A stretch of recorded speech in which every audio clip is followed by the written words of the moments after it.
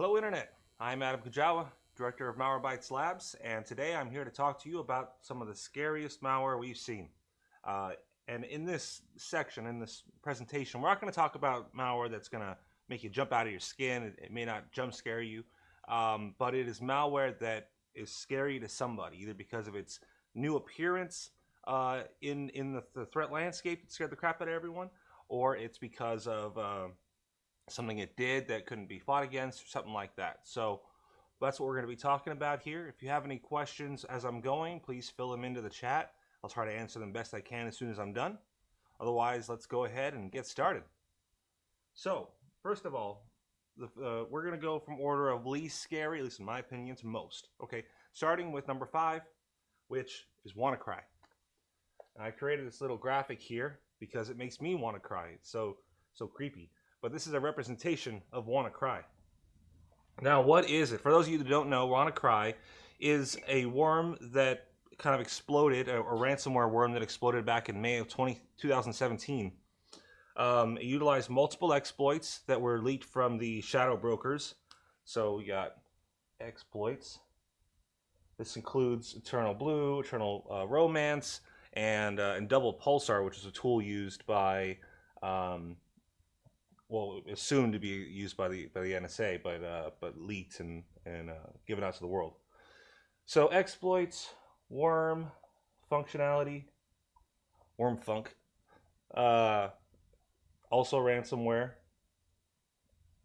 Now the thing that was scary about this is that it spread so much so fast. It spread to over 150,000 systems in over, 200,000 systems in over 150 countries in just a few days. And the way this worked is basically there was a vulnerability observed on a lot of systems, on the servers, an SMB vulnerability that the Eternal Blue vulnerability or exploit targeted. And so the attackers were able to identify these open servers on the internet, focus on them, launch their attack against that particular vulnerability, exploit it, and then drop the malware on the system. Once on the system, and I'll go back to some drawing here.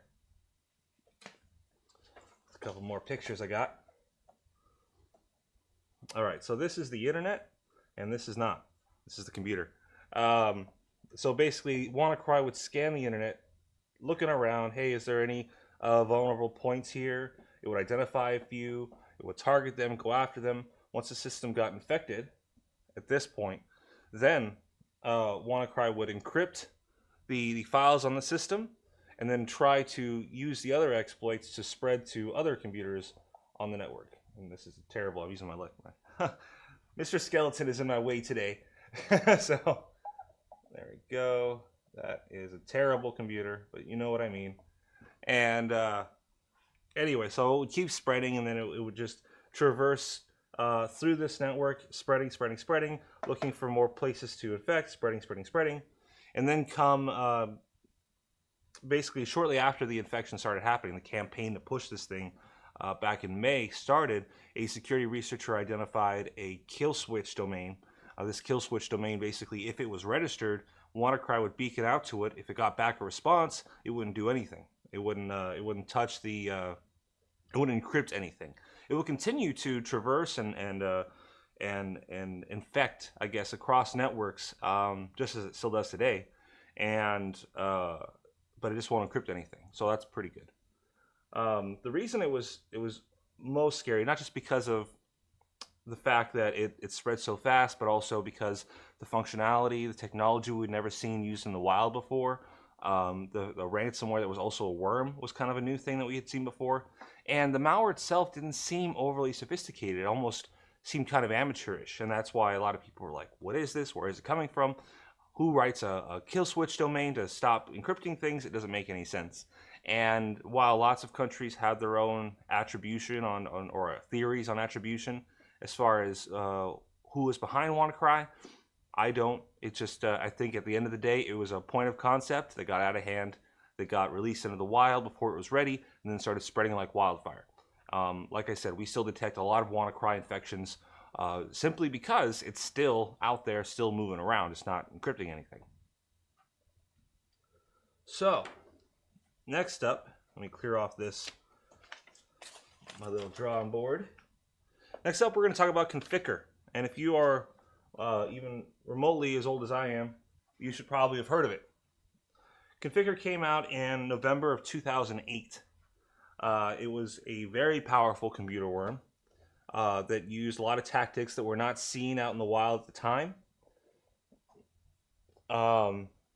It infected computers through use of dictionary attacks against, basically trying to get brute force credentials throughout the network, as well as using exploits and any other vulnerable points it can.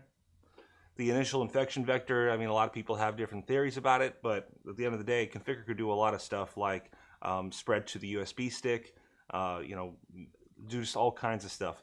And so the infection vectors are probably email, but also likely just spreading from system to system to get infected, and it moved pretty quickly. And at one point in January 2009, there was over between 9 and 15 million infected systems from Conficker. So by 2015, that number dropped down to 400,000. So Conficker really isn't a problem anymore. It hasn't been. And in fact, all versions of Conficker, with the exception of the last one, didn't really do anything. So here's a representation, excuse me, of Conficker. It's an evil system that's got a bunch of bots. Conficker at the end of the day is basically kind of a botnet.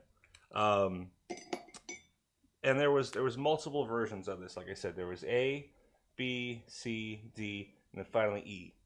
So each version of Conficker, and this is kind of funny, but A's main functionality, besides infecting the system, obviously all these things do what they can to spread themselves to infect other systems, but at the end of the day, A installed B, B installed C, C installed D, D installed E, E installed some spam bot and scareware. It literally, you'd think that with an infection like this and the kind of spread it had, you would see some sort of Armageddon level event happening from this malware, but it just kept updating itself to the point where it said, okay, we're just going to install some crap, and that was the end of it. So today, nobody knows who created Conficker. I actually went to a Black Hat talk many years ago where they were going to talk about it, and some theories point to Ukraine, but at the end of the day, nobody knows for sure. And the malware itself probably still detected. I think we have actually detected it a couple times with our product on older systems that haven't been cleaned in a very long time. And the thing about Conficker is that was kind of one of the first times that the industry itself came together to try and stop something. Microsoft formed a working group on battling Conficker. Shortly before, Stormworm also kind of a working group toward that. More modern working groups were CryptoLocker, was a good example of that, and then what happened with WannaCry, obviously. So whenever something happens in this world that's like more than anyone expects, or more dangerous than anyone's ready for, they form a working group to try and figure everything out. And so, that's pretty awesome if you ask me, with the community coming together and working together on figuring out what these threats are, on how to stop them, how to protect our customers, and all of the concern about proprietary and association with your brand and stuff like that. None of that really matters as much. The truth is what matters, and that's what people are trying to figure out. So, I know I only touched on Conficker for a second, but it's a pretty old piece of malware. And like I said, most of you probably have never even heard of it. So, what are we going to talk about next? This one you may know. This one, Flame. Okay? F-L-A-M-E. And I'm going to use red because that makes more sense to write flame in. And I guess I've got some kind of OCD. So, Flame, which is going to be represented by this dude, is a state-sponsored malware. And what that means basically is that it was developed by a nation state, a government that has the resources to invest in cybersecurity, defense, or more specifically, offense. And they do this for the sake of espionage, disruption of operation, for whatever kind of attack or operation they're undergoing and what they need the malware to do. In Flame's case, it was almost entirely espionage. So this particular malware will install on the system and then spy on everything. it first appeared, or at least the security community first discovered it in 2012. And at the time, it was infecting some Iranian oil ministry computers, right? It's incredibly modular, meaning that Flame itself had like its base source, and I'll kind of show a picture of this. So imagine that this dude represents your very base functionality of Flame. You know, it infects things or does whatever it does. But what it needs to do in order to actually cause some damage was to download additional what we call modules. See, so these modules had a lot of different purposes. Some of them were for stealing creds. There's spreading to USB. There's a entire wiper or cleaner component of it, which erases the trace of the malware from the network, and then whatever else you need really. At the end of the day, this makes it more difficult to fight this particular threat because you've got all of these different all these modules that may or may not be present in the base executable. So you could look for this, but if it's downloaded one of these and then modified its code in order to match it, then it's going to be hard to see. So finally, obviously it was discovered by Kaspersky when they were doing a job for, I think, the UN, looking into some virus that the Iranians think they found on their system, and so this was discovered. And yeah, Flame was pretty nasty. It's not just because it's state-sponsored that it was so scary. Flame used a lot of exploits we hadn't seen before. We believe it had been around since 2010 without anyone detecting it for over 2 years. And probably the biggest, scariest part of this is that one of the methods of infection included hijacking requests to Microsoft's update server. Okay, so it would get. Let me draw it. This will be a lot of fun to draw because this is really fascinating to me, anyway. Hopefully you're fascinated too. Hopefully I haven't put you to sleep. Oh, and have you met my friend Gil? Gil the Ghost. Wah, wah, wah. All right. Screen, Josh. All right. So, what we're looking at, and we're talking about Flame, is that basically a system would say, I need to do my own Windows update, right? So, Windows update. So, it said, I need to do a Windows update, and it's going to reach out to what it assumes is the Windows Update server, WUS, for Windows Update server. But what would happen instead is that an infected system sitting on the same network, observing all the DNS requests that's infected, like I said, infected with something, it would identify this request, cut it off, and then redirect the request back to a website it controls, which also, I think it happened to be, I don't remember what country it was in, but regardless, it's a fake Windows Update server. So we'll put FWAS. So for this fake server, it would then say, all right, yeah, I'm totally legitimate. Let's go ahead and send you an update executable. So at this point, it would download additional either components or the executable or whatever for Flame to infect this system. So this one becomes infected as well. Excuse me. And the kicker here is that the actual, this is going to be a representation of the executable for Flame. All right, it's on fire. So clearly that's what I mean. So this was actually signed with legitimate Windows or Microsoft certificates. And what does that mean? Okay, so basically, your system trusts things based oftentimes on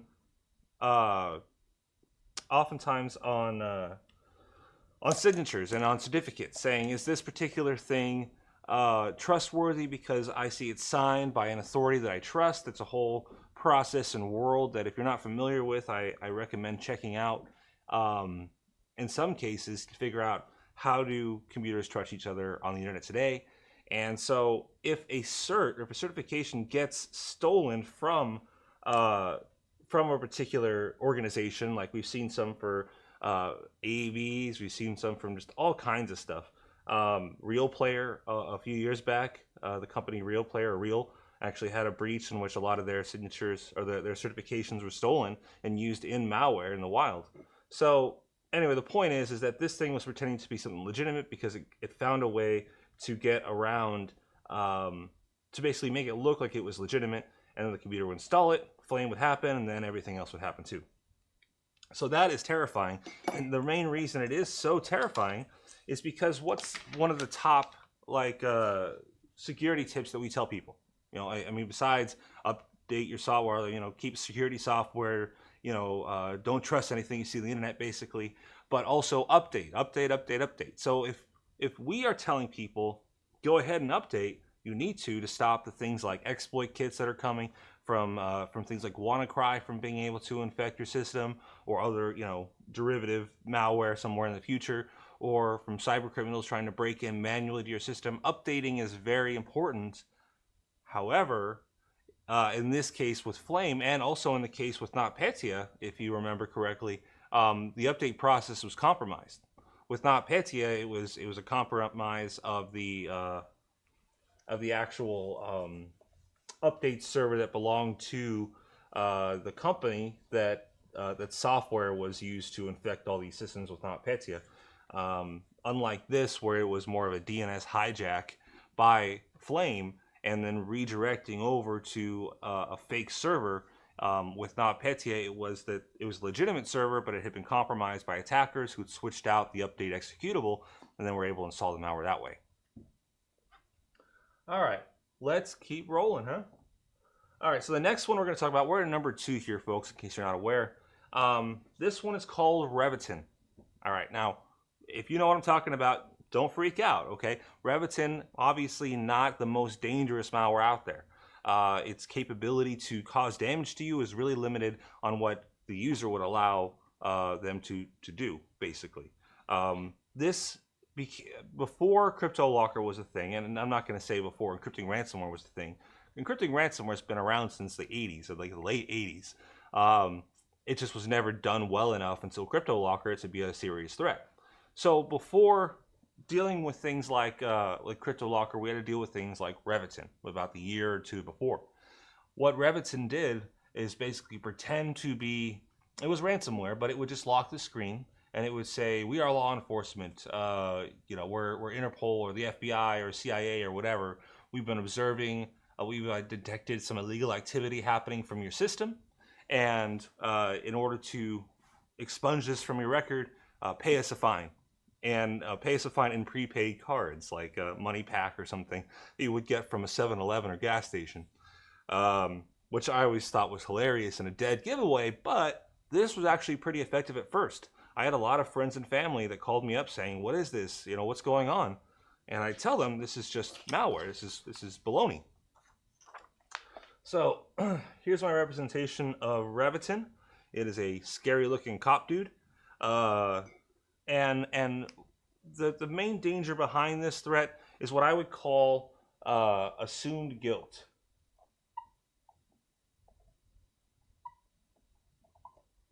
So what do I mean by that? Okay, if let's say you're just a regular person. The regular person isn't completely familiar with computers, with how their computers interact with the internet, with what kind of stuff might get downloaded, and so if you are presented with a screen that says you've committed a crime here, you were either, and there was a lot of different reasons, some from very mild ones being like gambling to very serious ones like child pornography, and then even in the middle, actually a funny one. I know that none of them were funny, but one of them was kind of funny because it accused and it charged, I guess, the user with being infected by malware as a crime. Technically, that's the only one that was actually correct. So, but going back to assumed guilt, the whole point is that you don't know what kind of things might be downloaded to your system. You may not have been looking for any of these things. Infection. I mean, there's all kinds of crimes that they would list, and that is terrible. I'm so sorry. And they, each one was kind of different. A lot of the times they would quote different laws. They would sometimes just be very casual about how they described those laws. At the end of the day, it was a social engineering attack. So if the user has no idea that this kind of stuff is on their system, it could be in their temporary internet files. The system could have been hijacked, anything like that. Then they don't have any certainty to say that that this is not actually legitimate to themselves. Okay. Now here's where it gets even nastier, and specifically for this one, for child pornography and other types of kind of like illegal adult-oriented content. This one was nasty because there are some variants out there, not just of Rebbitzin, but other types of ransomware that did kind of the same thing around the same period of time. But it would accuse you, yeah, you've been looking at this, and in some cases they'd actually put a little box in the bottom of the lock screen. You know, this is my very weak lock screen image here, but they would put a little image down here and that would actually be child pornography. So they put it on your system. At this point, are you, as a person who is not familiar with how this crap got on the system in the first place, or anything that happened like that, are you going to go to your computer specialist? Are you going to go to your people that you know, like your Geek Squads and your no? And the reason being is because you have got a giant sign on your system that says, "I've been looking at child pornography," and that's terrifying for a lot of people. So the point of assumed guilt is by basically trying to force a person into feeling guilty about something they may or may not have actually done, and then trying to extract actual compensation or money from that, or profit from that. And that's what Rebbitzin did. And the good thing about Rebbitzin is that it was a short time attack. Okay, Rebbitzin could only work for maybe a year, and it did work for maybe a year, where it started freaking people out. But the thing is, with every single infection, their ability to be effective became less and less. And the reason being is that you could just start up in safe mode and then run a scan or something to get rid of this malware. It didn't, like I said, it didn't encrypt anything.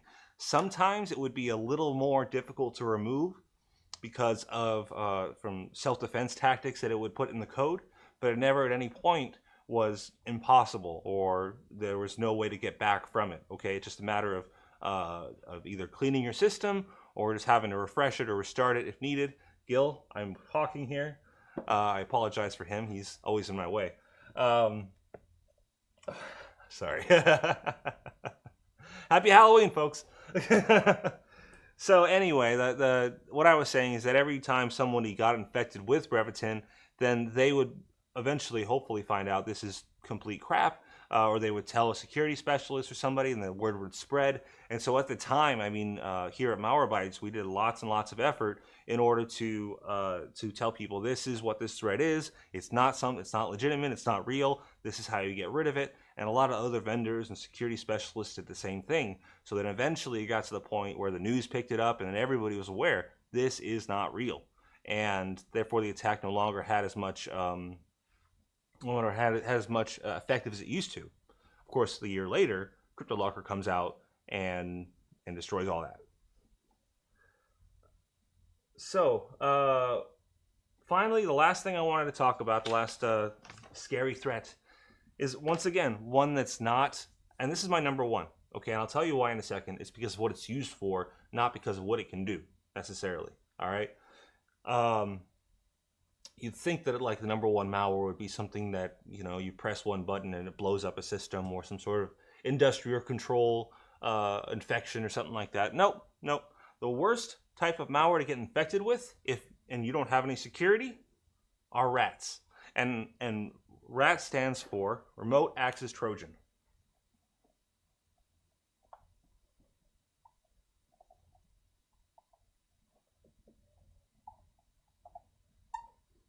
Damn it. I'm sorry. I can't even see. All right. Remote.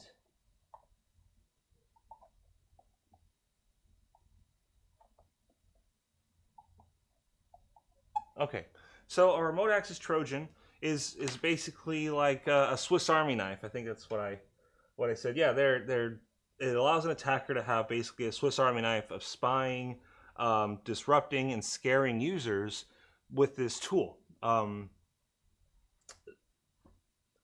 Sometimes these particular threats are marketed as a way to keep an eye on your kids or your spouse or something like that.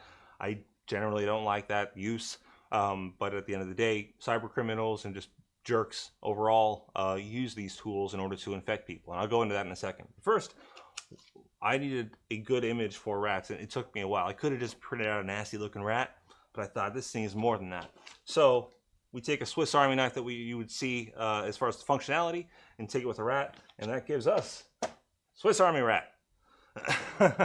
So this particular guy is nasty for a lot of reasons. Here's some of the things that it can do. It can spy on your webcam. It can record your audio or your microphone. It can modify files. That includes deleting them, opening them, etc., etc. It can hijack sessions in some cases, for instance, Facebook, Twitter, etc. Steal passwords. And then what I'm going to call fun stuff, which I'll go into in a second. So the reason this is a nasty piece, type of malware. Okay, this isn't a particular family we're talking about. This is an entire category of malware that's been around for years. Okay, the reason that you don't hear about it so often is because they're huge. Okay, rats are big and loud and ugly and not used by the professional cybercriminal. The professional cybercriminal does not care about your webcam or your mic or anything like that unless you have something that they can sell. All right, who cares about this stuff are your amateur cybercriminals, the guys that the small-time guys that use basic social engineering to try and infect somebody with something, or somebody you may even know in real life. And that's the scary part about this, okay? Rats aren't targeted across the board to everyone. We see plenty of them. I mean, we detect plenty of them at Malwarebytes, but at the same time, we've never seen a campaign that spreads rats specifically. Why? Because that's way too much data. If you've got, you would need so many people observing all that data and looking for anything important that it would take a significant amount of resources that cybercriminals don't want to bother with. It's way easier to drop a baking Trojan or an information stealer of some kind, collect that info, get it sent back to you automatically. You don't have to worry about it. Rats require a lot more hands-on manual attention, okay? And because of that, like I said, they're used only by small-time people. And these small-time people are petty jerks, okay? They could be kids you know at school. They could be just some guy that knows you, or girl.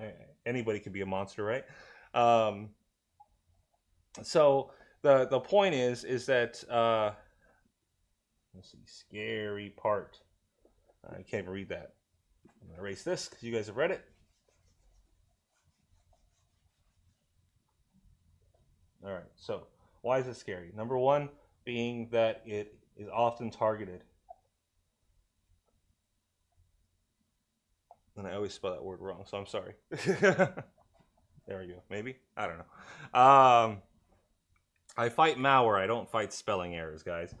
So, so it's usually targeted, meaning that you can, some person at school says, "Hey, check out this game that I got," or you get an email from someone you know or think you know, saying, "Hey, I want you to download this. Look at this." You download it, you do whatever, and it installs the rat. Okay, and then the person can watch you, and I mean, this is good for stalking stuff. This is used for just basic information stealing, things of that particular nature. So when an attack is targeted against you, this is like you don't have to worry about a lot of the threats that we talked about today. Flame, for instance, and any of its derivatives in the future, as long as they're controlled by a government, they're not coming after you unless you are also a government or a government official or something like that. Then you should probably watch out. But for the most part, for most regular people, you don't have to worry about getting infected with that, because usually it's a targeted campaign against you. You have to worry about the other stuff we talk about. This particular threat is one that you have to be worried about, especially because if you find a rat in your system, that means that somebody is investing the time and attention to seeing what are you doing, what's going on with you, and you have been focused on, you have been targeted. All right. I said they can hijack a lot of stuff. Some of the fun things they can do. Hold on. Let's finish with the scary stuff. It's targeted. Also, what happens? Oops, what happens to all this information that's stolen? Okay, cyber criminals will take screenshots of a user in compromising positions or not wearing any clothes or something like that. They'll record some audio. They'll do whatever they want. And a lot of times there are forum posts on both the dark and the not dark web, where these guys go and they say, hey, check out these images I got. They share them with other cyber criminals. It's really gross and disturbing that they do this. So not only are you being targeted by a creep, but also that creep is probably sharing what he steals from you with the rest of the world. Once again, very, very scary, especially with today. We care so much about privacy and security and things like that. To have this particular threat hit a person, especially if it's a young person, in their teens, early 20s, even younger than that. I mean, oh geez, I can't even imagine about someone who's like a really a child dealing with this kind of crap. But anyway, rats are scary, and it gives full access basically to your computer without the user ever knowing. Basically, like I said, you can modify files. You can move around the mouse if you wanted to. You can hijack the session, the screen, and you'll see the attacker will be able to do whatever they want in your system as if they were sitting right in front of it. So also a very scary thing. But like I said, rats are heavy, they're loud, they make a lot of noise, they take up a lot of space on the system, they slow down performance of your system, and all of those things combined make them very easy to detect. So most security solutions you have out there, even something like as very basic as what comes default with your operating system, should be able to identify if there's a rat on your system. Like I said, it's not one of the more sophisticated ones, but it is more dangerous when you have nothing protecting you from it. Okay? So, some of the fun components. Let's talk about the fun components now of what this thing can do. Of what a lot of rats can do. And I've analyzed a bunch of them over my lifetime and seen various things. So, some of the fun things include, let's see, blacking out the screen like the Matrix. So, I don't know, Matrix screen. It's called Follow the White Rabbit. That's one, and I know it used to be on like Sub 7 and Dark Comet and probably Black Shades. It basically blacks out the whole screen and it says, follow the White Rabbit. But at this point, you can communicate back and forth with the attacker. He'll send messages. You'll be confused about it, and then et cetera, et cetera, et cetera. On the same note, I've seen plenty of rats that allow the attacker to just pop up with a message box saying hi, or whatever they want. I've attacked you. You've been compromised, etc., etc. If you're just going along your day using your computer and you see something like that pop up, I mean, especially if you go back a few years, you're going to be pretty scared. You might jump out of your seat a little bit. You could also do things like opening the CD tray, which is also freaky if you're not even on your computer, but I've been infected with rats, okay? And I could be sitting like across the room watching TV or something, and then suddenly my CD tray opens up and I turn white, okay? So that's pretty scary. There's other things as well that just trolling tools. I'm just going to call them trolling tools to mess with the user, to make their computer seem like it's broken or doing things that it's not supposed to. All these things in the background without them ever knowing that they're infected in the first place. And yeah, so basically, in my opinion, like I said, the rats are the most scariest type of malware to be infected with, especially if you've been infected with a rat and you find out that you've been infected with a rat for a while. Let's imagine a month. I mean, so much of your personal information could be out there. There could be pictures of you out there that you don't want people to see, and you very well have likely been involved in some way of infecting other people. I did forget to mention one of the big features of a lot of modern rats is to act as a DDoS botnet. When I talked about DDoS last week, if you watched, please go back and check out that video. I'm not going to go over DDoS again, but basically, if you get enough of these infected systems together, like in a botnet, you can launch a DDoS attack. Is it the primary purpose of this malware? No, not at all. But it's a dangerous one nonetheless. So just going to do a quick backup here, talking about the threats that we mentioned today.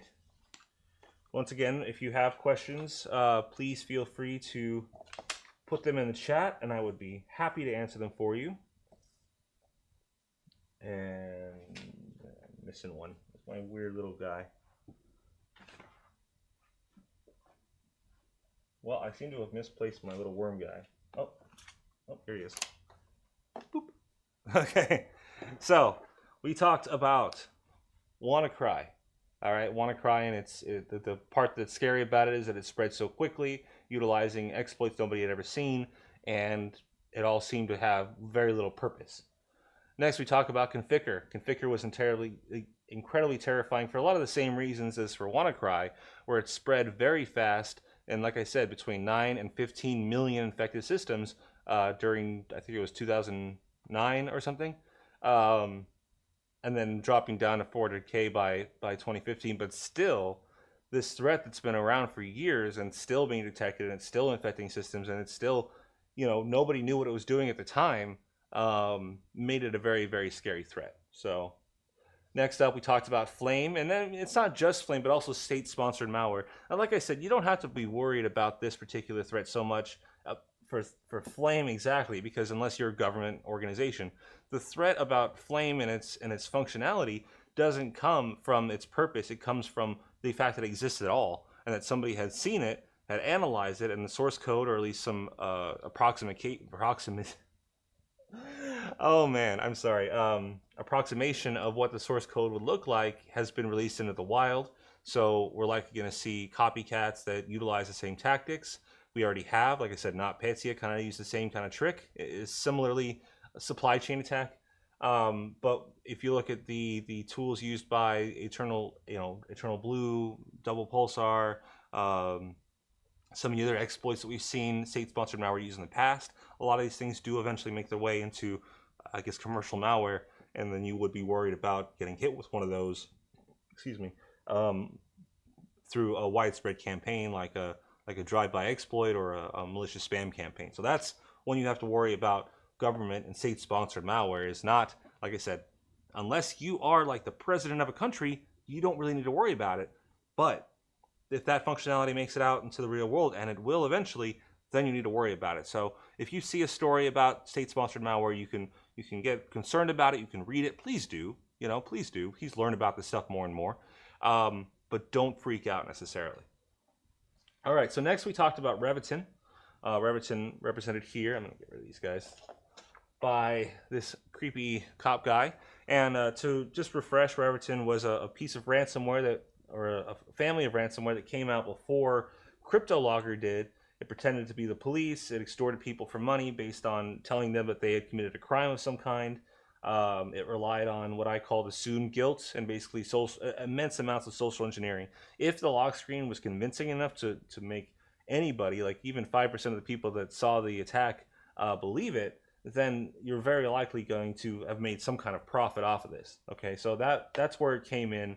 And if you go online and you just look for Revitin lock screens or some of the other families that were out there, you'll see just tons of dozens and dozens and dozens, anywhere from Interpol to the FBI. Like I said, some of them talk. Some of them take a picture of your webcam and show it to you on the lock screen. Some of them, show you actual child pornography, like I mentioned. So it was a nasty attack method that was thwarted by awareness. And that's one of the big reasons why here at Malwarebytes we try and tell people education is so important as well, because this threat alone was stopped because of awareness. Finally, we talked about rats in general, and my Swiss Army rat is Swiss Army rat. And so rats have the capability to observe your webcam, modify your files, watch your desktop, hijack your mouse, listen to your microphone, basically do anything, have access to anything you do on your computer, plus be able to install additional malware, do things like launch DDoS attacks, etc., etc. And at the end of the day, this little creep is used to steal information and photos and things that are pressed or pushed out online onto the darknet and to hacker forums, where these weirdos and they're these creeps. I mean, they're creeps. They post them amongst each other and laugh and wish that they actually had a real relationship, but they spend most of their time infecting people with rats. So clearly not a good thing. But that's it as far as our top 5 or our 5 scariest malware for right now. This year we may come back with another one, 5 different scary things. Once again, I said these are not scary because of the damage they could possibly do. If I was going to talk about that, then we would be here for a while, and honestly this would be kind of boring, because the most dangerous malware is also the most complex malware, and oftentimes requires lots of technical explanation.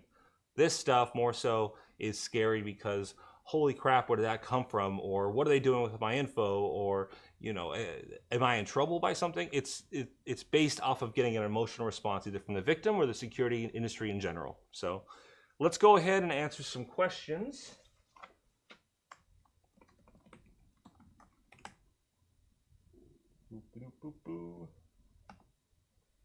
All right. Question 1, is WannaCry still a threat? No. Yes and no. Okay, like I said, there are still WannaCry detections happening. We still see infections all over the place. It's continuing to spread, but it isn't encrypting anything. Any sort of variants that we saw of WannaCry, and we did see a few. We saw a few variants. These were not necessarily created by the same creators of WannaCry. They were from other cyber criminals who grabbed the samples and in some cases, like caveman style, modified them by modifying their actual bytes, and then using that to kind of have a new version of WannaCry that pointed to a different place. But at the end of the day, those weren't that common. So is WannaCry a threat still? Not really. Are the children of WannaCry and all of the other threats that are out there because of WannaCry that now use things like the Eternal Blue exploit a threat? Yes, absolutely. Question 2. What do you think the future threat might be? Ransomware, Trojans, etc. Honestly, our next, in my opinion, right now anyway, the next big threat that we need to worry about are not a particular type of malware. It's malware that does everything. Okay, Flame was a great example of that. I mean, yeah, it's state-sponsored and it was modular, but at the same time, it managed to stay completely silent for 2 years. We see threats like Emotet and TrickBot right now adopting some of the exploits, some new tactics that we had never seen before in commercial malware. And we've also watched things like Emotet go from being a banking Trojan to a downloader to ransomware to whatever it wants to be. And so the future of malware is in modular type of malware.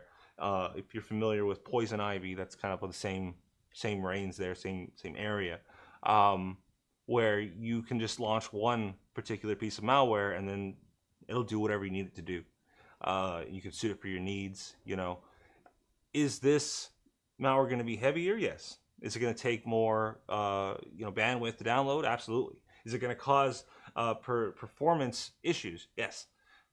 None of that matters, because in the future, and even now, I mean, how many folks are even aware that they were running Bitcoin miners in the background because of some infection they got?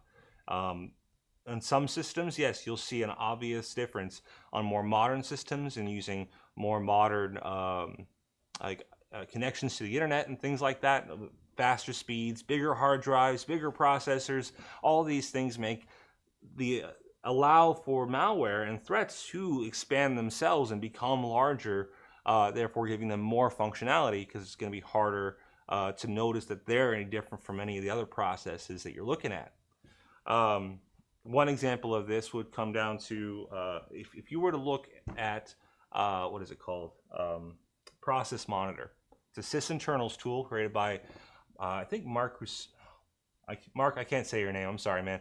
But he works at Microsoft, or at least he used to, and the tools are freely available. Go online, download them if you're interested in malware analysis. But the point, what I'm saying here, is that I used Process Monitor for a lot of my malware analysis over the years. When I was still analyzing all malware on Windows XP boxes, that was an amazing tool that gave me, fantastic information that I didn't really have to look too hard for, because honestly, Windows XP was not that loud. Once I started analyzing on Windows 10, and I started seeing just this flood of registry changes, of log events, just so much more happening on that platform, then it made it a lot harder for me to find the processes and the events that were happening on the system that were caused by the malware, and therefore that would take me longer. So that the whole point of that story is basically that as we progress our technology, it becomes more powerful and faster. The threats that we have to deal with will also become more powerful and faster. So yeah. Question 3, is there another malware type you'd add to this list? You know, it took me a long time to even think of this list, to be honest. I got 4 of them down pretty easily. The 5th one I had a hard time with, because I didn't want to just go too broad, and also there are lots of threats out there. But I would probably add something like what we saw with, it was many years ago, I can't remember the name of the malware, but basically it hijacked Skype sessions, okay, or any sort of instant messaging sessions, and then pretended to be the user, went out and reached out to your contact list saying, hey, check out this pic of you I found or whatever, and it's got an attachment there, you download that, it's the same malware, it spreads over and over and over again. That kind of malware is definitely scary because you know, when malware utilizes the user and their own credentials to trick their friends and spoof, you know, who they are, then trust breaks down. You don't know who to trust, and it makes everyone feel bad at the end of the day. So I think I would add some kind of identity theft type of malware. Not identity theft that it steals your credentials for identity theft, but it actually pretends to be you to spread itself. Question 4, do different threats target businesses over home users? Yes. Yeah, obviously. Business, going after home users is easy, okay? You just sign up for an exploit kit distribution or a mouse spam campaign that you're going to pay for. Let them spread your malware on a wide net across every part of the world as much as it can, and see who you get.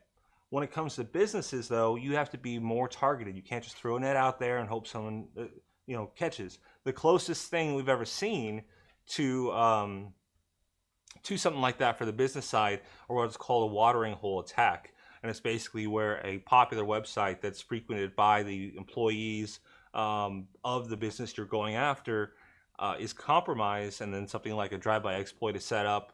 I believe this is how one of the other methods that flames spread, I think.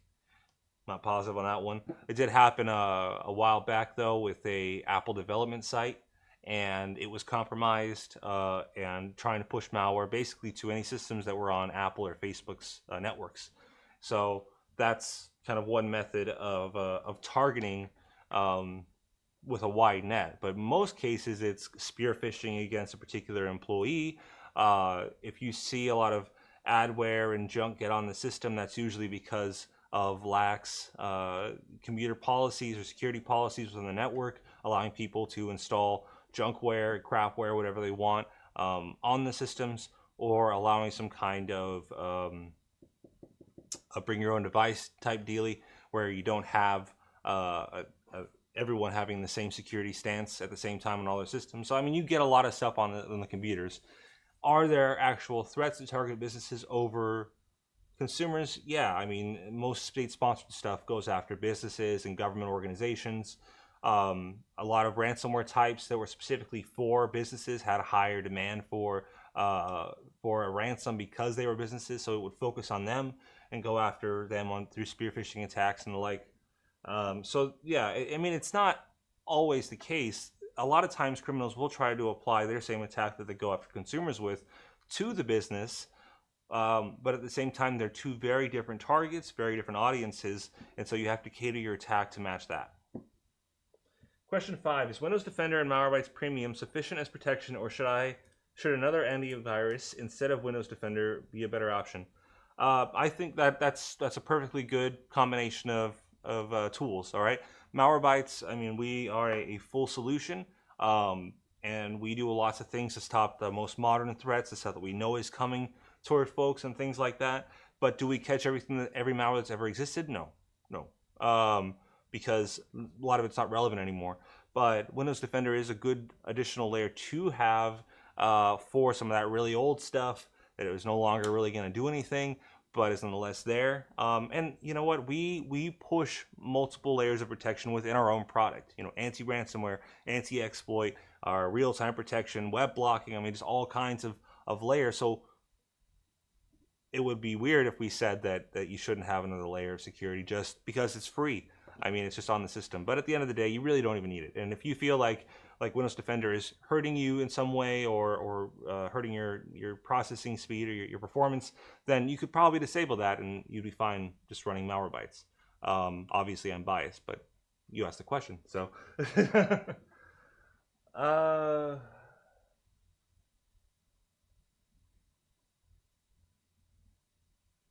If there are any other questions, I would love to see them.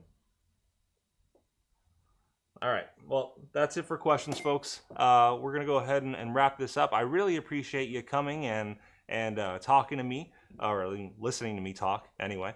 I hope you have a fantastic rest of your week. Happy Halloween. I hope you've enjoyed hanging out with Gil and me today here on Malwarebytes Live, and I will see you next time. Thanks a lot. Stay safe.